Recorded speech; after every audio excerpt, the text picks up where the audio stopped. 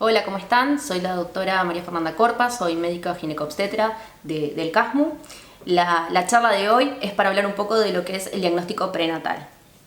¿En qué consiste el diagnóstico prenatal? Consiste en una serie de acciones diagnósticas con el fin de poder detectar alteraciones a nivel fetal, alteraciones cromosómicas o morfológicas. ¿Con qué objetivo es para realizarlo? Fundamentalmente con la mayor precocidad. ¿Para qué?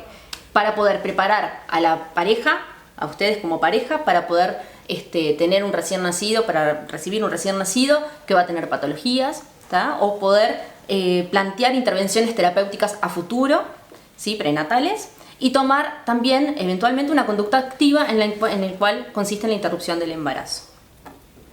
Las anomalías fetales se presentan más o menos en un 2 a 3% de los recién nacidos. Pueden ser genéticas o ambientales. Genéticas por anomalías cromosómicas, fundamentalmente la trisomía 21, que es el síndrome de Down, y es en el que básicamente se fundamentan todos los estudios y todos los screenings cromosómicos. O enfermedades hereditarias genéticas.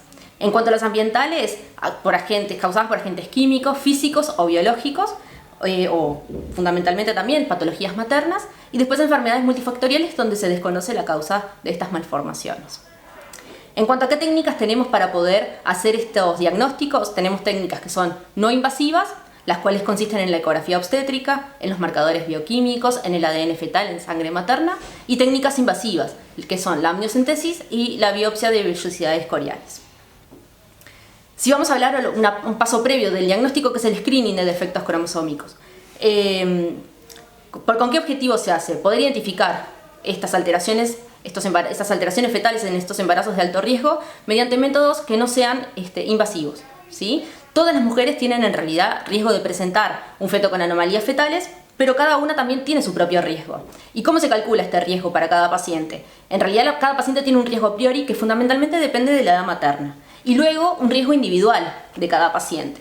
¿Cómo se calcula este riesgo individual de la paciente? Se calcula multiplicando este riesgo a priori, fundamentalmente por la edad materna, por una serie de coeficientes de probabilidad que dependen del resultado que se obtiene de cada uno de los test de los screenings que se van realizando.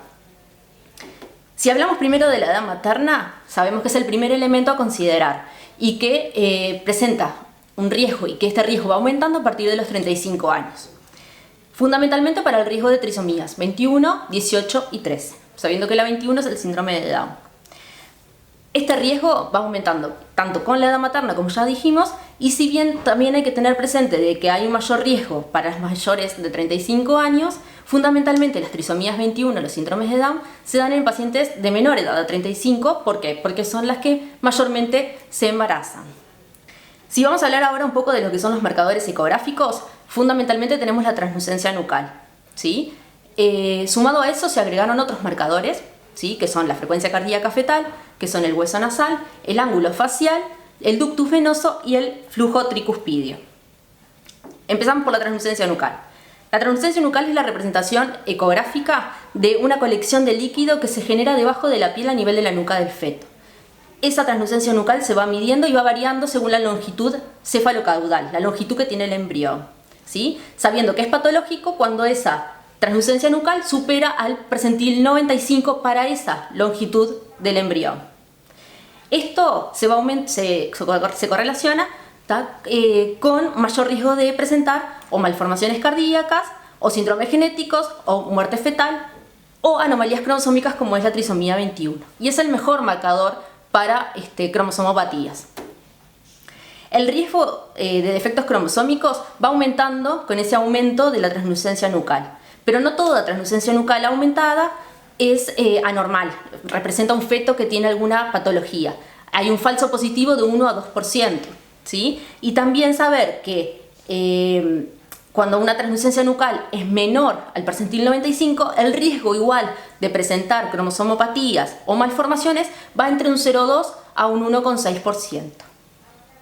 Si pasamos ahora a hablar de los nuevos marcadores, que son los otros marcadores que se pueden valorar mediante la ecografía, lo importante de esto es que vienen a mejorar este test combinado, ¿sí? Este riesgo a priori, o el riesgo individual, mejor dicho, en cuanto a la edad materna y la translucencia nucal. Mejora lo que es el diagnóstico, la detección de estas alteraciones fetales, reduciendo lo que son los falsos positivos. Ahora van a ver en pantalla una foto, ¿sí?, de una ecografía donde pueden ver que está marcado la translucencia nucal, cómo se mide, el ángulo facial y la presencia del hueso nasal, como elementos que forman parte de estos nuevos marcadores ecográficos. Si pasamos ahora a hablar de los marcadores bioquímicos, saber que son sustancias de origen que son fetoplacentarios, que se concentran a nivel de la sangre materna y que se modifican según existan o no anomalías cromosómicas o malformaciones fetales. ¿Cuáles son habitualmente? La beta-HCG, que van a ver, que es la fracción beta de la gonadotrofina coriónica humana, y el PAPA, que es la proteína plasmática asociada al embarazo. Sus valores van variando según las trisomías que presente cada feto, y esta variación se hace en referencia a los valores de un embarazo normal. Entonces van a ver que ahora les va a aparecer un cuadrito donde van a ver cómo va variando esta cuantificación de cada una de estas sustancias según la trisomía que pueda presentar este embrión. Entonces, si valoramos lo que es el screening combinado, que ha ido evolucionando en el correr de la medicina en referencia a lo que es la trisomía 21, que es el síndrome de Down, que es la más frecuente, vamos a ver, como les va a aparecer en el cuadro, que si sumamos la edad materna a la translucencia nucal, la tasa de detección es de un 75%, con una tasa de falsos positivos de un 5%. Si a esta edad materna le sumamos la translucencia nucal y los marcadores bioquímicos, vemos que la tasa de detección es de un 90%, con una tasa de falsos positivos menor al 5%. Y si a esto le sumamos la edad materna, la translucencia nucal, los marcadores bioquímicos, le sumamos los marcadores ecográficos nuevos que hablamos recién, vemos que la tasa de detección es de un 95%, con una tasa de falsos positivos menor al 3%. Por lo tanto, con este screening combinado se puede detectar el 95% de las trisomías 21, con una tasa de falsos positivos menor al 3%. Si pasamos ahora a hablar de la nueva técnica que se ha visto y que se está implementando, que es el test de ADN fetal, a nivel que se busca a nivel de la sangre materna, se basa en eso mismo, en el aislamiento y en el análisis de células fetales en la circulación materna. Esto se puede realizar a partir de las 10 semanas de gestación. Hay que tener en cuenta que es un test de screening, no es un test de diagnóstico, sino que es un test de screening, ¿sí? Y que el factor limitante que tiene es el costo. No es un estudio que se realiza de forma gratuita, sino que tiene un costo. Lo que permite esto es una mayor tasa de detección de estas anomalías cromosómicas con una menor tasa de falsos positivos, ¿sí? Detecta el 99% de los fetos con trisomía 21, el 98% de los fetos con trisomía 18 o 13, con una tasa de falsos positivos que va del 0,1 al 0,2%. ¿Y cómo se informa el resultado del test de ADN? El resultado se informa habitualmente en riesgos o como resultado bajo riesgo o alto riesgo o como resultado negativo o positivo. Si la paciente tiene un resultado de ADN que dice negativo o de bajo riesgo, es un resultado que es alentador. Es poco probable que el feto tenga una afección fetal cromosómica o genética. Y si el resultado es un resultado que es positivo, esto mismo se debe confirmar con una técnica invasiva, que luego vamos a ver. Ahora, ¿qué pasa si tiene un resultado que no es concluyente? ¿Sí? Habitualmente en el 1 a 5% de los embarazos únicos y más aún en los embarazos gemelares se puede presentar este resultado, que es un resultado que no es concluyente. La principal causa de esto es que la fracción de ADN libre en la sangre materna es baja, entonces no se puede valorar de forma correcta. Otras causas que pueden presentarse en esta situación, con este resultado no concluyente y con esta fracción baja de ADN, es cuando se presenta en una paciente que es obesa, ¿sí? O cuando el tamaño placentario es pequeño, ¿sí? Sabiendo que igual, en caso de repetirse este test de ADN, en el 60-70% de los casos se obtiene un resultado, sea positivo o negativo, vamos a tener un resultado concreto. Ahora, ¿qué hacer con un resultado que no es concluyente?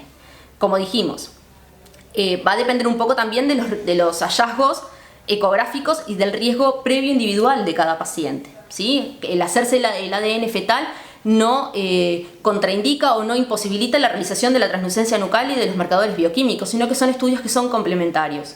Entonces, el riesgo ante un resultado no concluyente y qué hacer con este resultado va a depender un poco de ese riesgo individual de cada paciente por el screening combinado que hicimos previamente.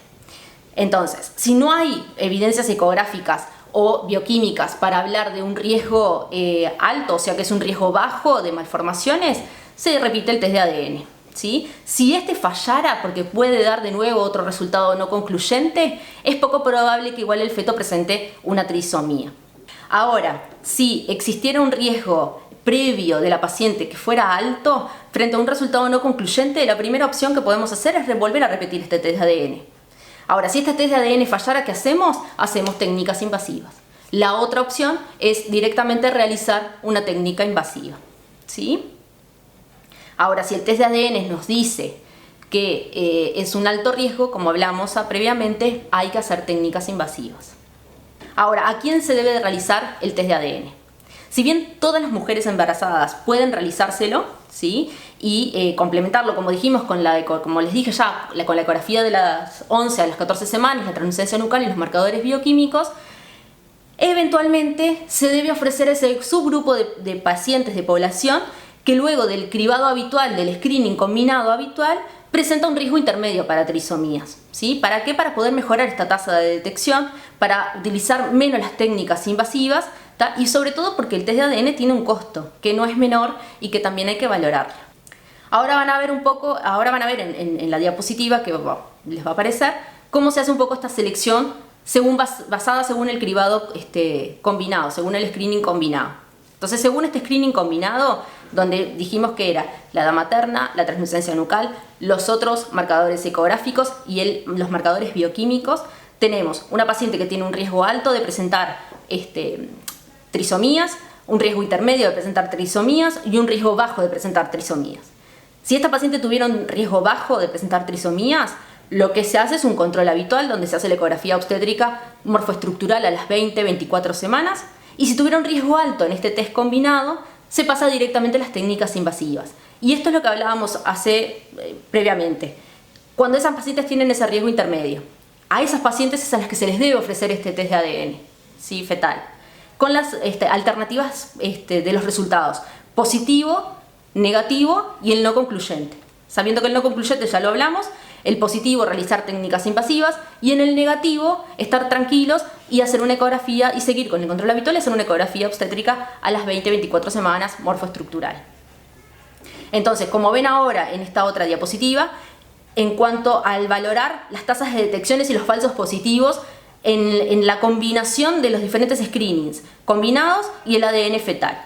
Lo que hablamos previamente, la edad materna con la translucencia nucal, una tasa de detección de un 75%, la edad materna con la translucencia nucal y los marcadores bioquímicos, una tasa de detección del 90%, la edad materna con la translucencia nucal, los marcadores ecográficos y los marcadores bioquímicos con una tasa de detección del 95%, y si vamos a valorar lo que es el ADN fetal, saber que tiene una tasa de detección del 99% para las trisomías 21, con una tasa de falsos positivos del 0,1%. Si pasamos ahora a hablar de las técnicas invasivas, saber que son técnicas que son diagnósticas, que tienen que ser realizadas por técnicos especializados en las técnicas porque conllevan un riesgo, y que son la biopsia de las vellosidades coriales y la amniocentesis. Si pasamos a hablar de la biopsia de las vellosidades coriales, ¿en qué consiste? Consiste en la extracción de una pequeña muestra de ese trofoblasto por vía transabdominal. Esta técnica hay que realizarla luego de las 11 semanas de gestación y tiene una sensibilidad, una tasa de detección de diagnóstica del 99%. ¿Qué complicaciones presenta la biopsia de las vellosidades coriales? Es la pérdida del embarazo en un 1%, la infección aguda en un 0,5% y después anomalías musculoesqueléticas, sobre todo cuando se realiza antes de las 11 semanas. Si pasamos ahora a hablar de la amniocentesis, ¿en qué consiste? Es la punción también transparietal, ¿no?, del útero para obtener una muestra del líquido amniótico. Esto se realiza también bajo guía ecográfica, ¿sí? Se realiza luego de las 16 semanas de gestación y también presenta una sensibilidad diagnóstica del 99%. ¿Y qué complicaciones presenta la amniocentesis? También la pérdida del embarazo en un 1%, la ruptura prematura de membranas, las lesiones fetales que son en un bajo porcentaje dado que se hace ecoguiado, un parto pretérmino y un desprendimiento de placenta en un riesgo teórico, y si se realiza antes de las 16 semanas, la pérdida del embarazo puede aumentar ese porcentaje del 1% al 2% y pies equinovaros en un 1,5%. Y para ir finalizando, que también es importante, es el screening de preeclampsia.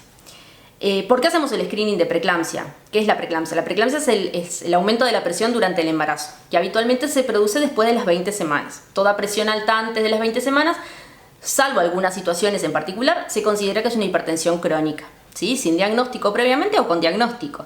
Pero esa presión alta que aparece después de las 20 semanas se considera un estado hipertensivo del embarazo, y dentro de estos estados hipertensivos hay diferentes tipos, en el cual uno de los más importantes es la preeclampsia. ¿Por qué es importante? Porque es una de las principales causas de mortalidad materna y perinatal. Entonces, esta pesquisa, este screening de preeclampsia se realiza durante el primer trimestre.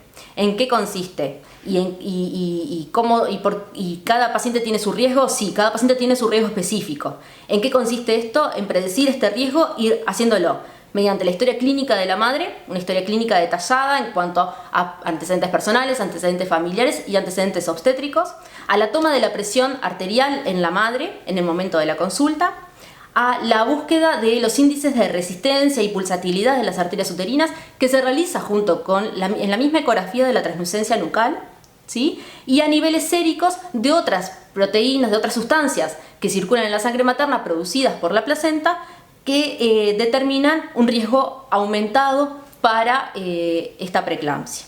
Sabiendo que con todos estos marcadores se puede identificar hasta el 90% de las pacientes que la van a desarrollar y que van a requerir una finalización del embarazo antes de las 34 semanas, con una tasa de falsos positivos de un 10%. Por eso es importante poder realizar tanto el screening de preeclampsia como el screening de defectos cromosómicos. Bueno, finalizando lo que es la charla, ante cualquier consulta, cualquier duda, va a aparecer ahora los teléfonos y el mail para poder comunicarse con nosotros. No tengan ningún tipo de duda de que estamos para ayudarlos y que para resolver también todas sus inquietudes. Así que muchas gracias.